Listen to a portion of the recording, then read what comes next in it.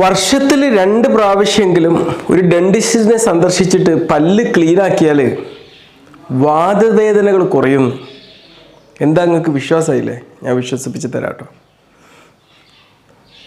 നമുക്കറിയാം, നമ്മുടെ വായ എന്ന് പറഞ്ഞാൽ നമ്മുടെ ഓറൽ ക്യാവിറ്റി എന്ന് പറഞ്ഞു കഴിഞ്ഞാൽ അതൊരു വലിയൊരു സാമ്രാജ്യമാണ്. ഒരുപാട് ബാക്ടീരിയകളൊക്കെ വസിക്കുന്ന ഒരു കേന്ദ്രമാണ്.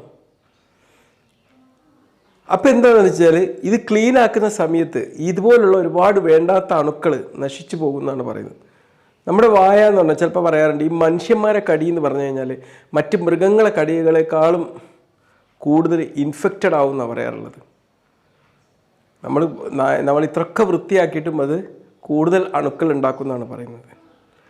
അപ്പോൾ എന്താ പ്രശ്നം എന്ന് വെച്ച് കഴിഞ്ഞാൽ ഈ ഒരു ബാക്ടീരിയകൾ നശിച്ചു പോകുന്നതുകൊണ്ട് എന്ത് സംഭവിക്കും? നമ്മൾ ക്ലീൻ ആക്കിയിട്ടില്ലെങ്കിൽ എന്താ സംഭവിക്കുക? ഈ ബാക്ടീരിയകളെ നശിപ്പിക്കാൻ വേണ്ടി, നമുക്ക് ആവശ്യമില്ലാത്ത ബാക്ടീരിയകളെ നശിപ്പിക്കാൻ ഈ കേടൊക്കെ ഉണ്ടായ പല്ലുകളിലുള്ളത് കേട്ടോ, വേറെ നല്ല ബാക്ടീരിയകളുണ്ട് അതിൻ്റെ കാര്യമല്ല പറയുന്നത്. നമ്മുടെ ഇമ്മ്യൂൺ സിസ്റ്റം ശക്തമായിട്ട് പ്രവർത്തിക്കും.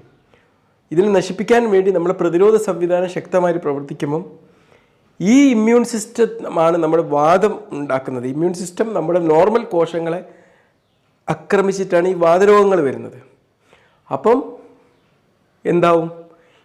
ഇതിനെ നശിപ്പിക്കാൻ വേണ്ടി കൂടുതൽ ഉപയോഗിക്കുന്ന ആ ഒരു ഇമ്മ്യൂൺ സെൽസ് നമ്മൾക്ക് ജോയിൻസിലും മറ്റുമുള്ള കോശങ്ങളെ ആക്രമിക്കുകയും അവർക്ക് നല്ല ശക്തമായിട്ടുള്ള വേദന ഉണ്ടാവുകയും ചെയ്യും.